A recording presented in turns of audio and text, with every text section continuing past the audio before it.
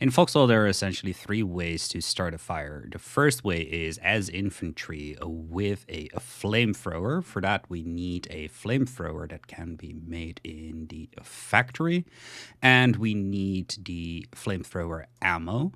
We press tab to go into our inventory. We click on the flamethrower so it goes in our primary slot, and we click on the flamethrower ammo, which goes in our radio/radio backpack slot. The flamethrower fuel canister will show up on the back of your character. We now press a 1 to equip our flamethrower. We can see that we have 55 charges of fire. It works just as any other normal weapon. You hold down the right mouse button to aim, and the left mouse button will fire one stream of flames. If you hold down the left mouse button, it will keep pouring out fire. The second way of making fire is with the help of flamer vehicles. Flamer vehicles use flamer ammo. Flame ammo is made in the ammunition factory, and it is considered a large item, so it will go over your shoulder. You walk toward the vehicle that is going to use the flamer fuel, and you press a V to submit it. And if we press Shift Q and we go to the gunner, we can see that we have 150 charges with the flame ammo. If you press the left mouse button, it will fire one flame. If you hold down the left mouse button, it will keep a consistent stream of fire going out. The third way of starting fires is with explosive rockets or fire rockets.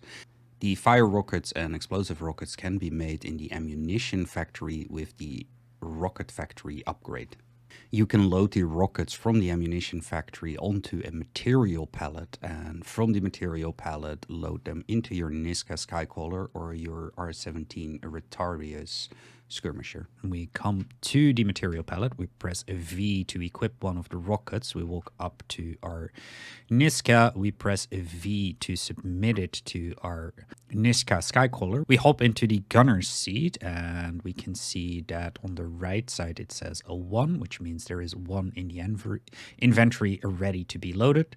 We press R to reload, and if we look at the back of the Nishka, we can see that on the back of the Nishka, where the rocket launcher is, 1 rocket got added to the rocket launcher. This obviously is way faster if you have 2 people, 1 to put the rockets into the inventory of the Nishka Skycaller and 1 in the gunner seat to reload. The maximum amount of rockets in the Niska Skycaller is 17 at a time, and if we want to fire them, we come to the gunner seat, we hop into the gunner seat, and from within the gunner seat we have the control over the distance that we are firing at. With the use of the scroll wheel, we can go from 200 meters to 225 meters, and we have control over the azimuth, which we can change by holding down the right mouse button and moving the mouse around. When we are happy with the set distance and azimuth, we can simply left click to fire a 1 rocket, or hold down the left mouse button to fire a barrage of rockets. Both the 3C high explosive rocket and the 4C fire rocket will apply an incendiary effect. The difference is that the 4C fire rocket has a higher chance than the high explosive rocket to set structures on fire. Fires in Foxhole have a range of intensities, ranging from a low intensity through medium high all the way to being a blaze. A structure that has a low intensity fire will be indicated by a dark smoke and embers flying off of the structure. And if we equip our hammer and press F to go into upgrade mode and aim at the structure that is on fire, we can see that it is very slowly dropping some health. If we walk up to the structure and try to repair it, it will say on fire, meaning that we cannot repair the structure that is on fire until we douse the fire.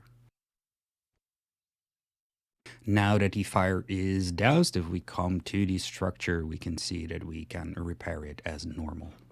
When a fire reaches medium or high intensity, it will show as flames on the structure. If it goes unchecked, the fire will grow from medium to high to blazing.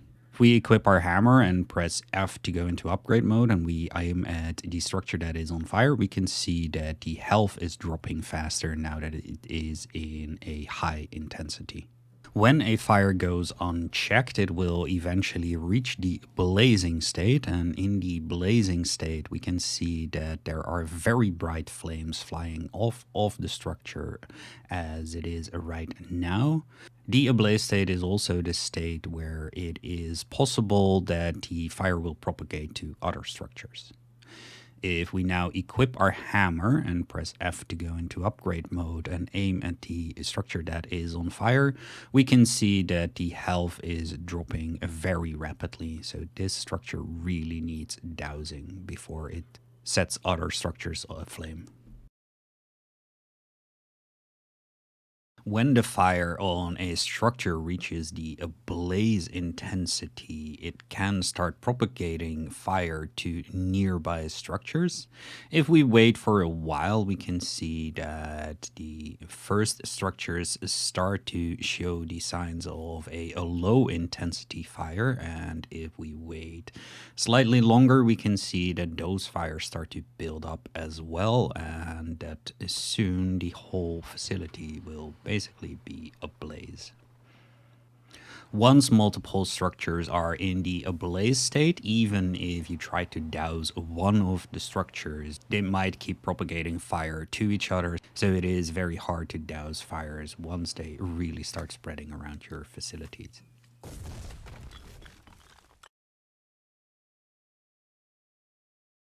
One way to fight fires is with buckets. To make buckets, we need a factory. So we press M to open the map and we look for a factory. We make sure we have basic materials in our vehicle. We come close to the factory. We press E to open the factory and we go to the tools category, and in the tools category we can see that there are water buckets, and that for 80 basic materials we get 50 water buckets in a crate. So if we do 2 crates, that will cost us 160 basic materials and we will have 100 buckets. To start the production of the buckets, we simply have to click the play button. When the order is ready in the output queue, the red cross icon will turn to a green check mark. To grab the buckets, we simply click the green check mark and that will put the 2 crates of buckets into the inventory of our LUV. To be able to use the buckets, we have to submit them to a building that has a stockpile and assemble them from the stockpile. So buildings with a stockpile are things like a town bases, a relic bases, a bunker bases, and border bases. So, for instance, this town base, we come very close to it. We press E to open its inventory, and we right-click on the crates with the buckets. We then, in the drop-down, select the submit to stockpile by left-clicking on it. That will ask how many crates we want to submit, and if we say 2 by dragging the slider to the right, we can hit submit, and that will submit the 2 crates of buckets. As we can see, we have 100 buckets inside the stockpile of the town base now. To use the water buckets, we first need to assemble a water bucket into our inventory. So we come close to the town base that has water buckets in them. We left click on the water bucket icon. I will put it in our backpack. If we then tab out of the town base menu and tap again to get into our inventory, we can click on the water bucket that will put it in our primary equipment slot, which means if we press a 1, we equip our bucket. We can see in the top left that it has 2 charges, but that it is not filled. So to fill the water bucket, first off, we can do that with a water. So if we come to this box that has a water in a can in it, we can grab a water can. And if we now, with our bucket out, press R, it will use the water can to reload 1 charge of the water bucket. If we want to reload it to 2, we need another water can. So we grab another water can, press R to reload, and that will reload the second charge. Water buckets work like weapons. You hold down the right mouse button to aim and the left mouse button to quote unquote fire. We can also grab water from a fuel truck, which is an immediate transfer, or from a fuel container, which requires some assembly time. Natural water sources like rivers, oceans, and wells can reload a bucket for 2 charges at 1 reload. So if we are close to the well and we have our bucket out and we press R, we can see that we are reloading our bucket, and if we look in the top left, we already have 2 charges. We can also reload our bucket at the river as long as the wooden platforms or the stairs go close enough to the river. If we are close to the river and we press R, we can see that we are reloading our bucket. Again, because this is a natural body of water, it will recharge the bucket with 2 charges. The base vehicle that is needed to be upgraded into a fire truck is an ambulance. To make an ambulance, we need a garage. So if we press M to open the map and look for the truck icon, we come to the garage, we press E to open its menu, and in the production panel, we select the ambulance by left-clicking. This will put the blueprint in the garage. We can walk up to it and hammer in the 150 basic materials that are needed for it.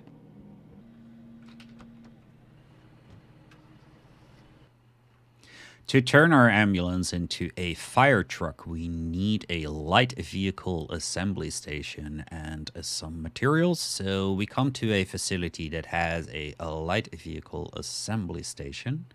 We drive our ambulance on top of the loading pad of the light vehicle assembly station. We press Q to hop out, and when we are close to the light vehicle assembly station until it says press E to use light vehicle assembly station, we press E to open it up, and if we come to the production panel, we can hover over the fire truck and we can see that we need 15 construction materials and 5 assembly materials type 2.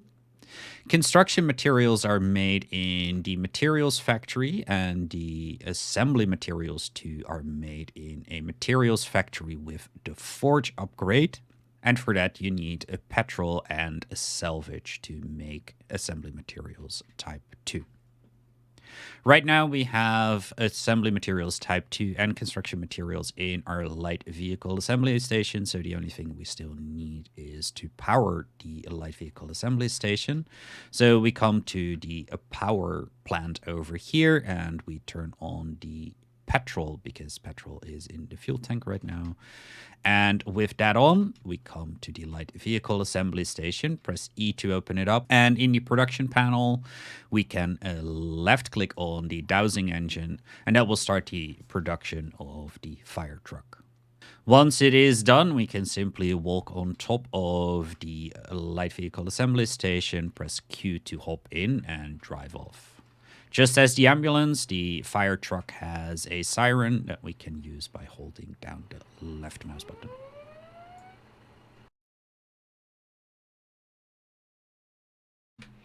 The fire truck comes with 15 inventory slots. The inventory slots can only take water cans, nothing else. We can fill up the fire truck by hand by transferring water cans from, for instance, boxes to our fire truck. An easier way is to come to a water pump. We press E on the water pump, and with the menu of the water pump open, we can hold down the shift key and click on the water cans, and that will start assembling 3 water cans at a time. To be able to use the fire truck, we need to be on the water turret that is on the back of the fire truck. So we press Q to hop out of the driver's seat, come to the back of the fire truck where the water turret is, then press Q to hop on the water turret. We can see in the top left that the water turret holds 100 charges, and if we press R, we will load in 1 can of water, which will give us 100 charges.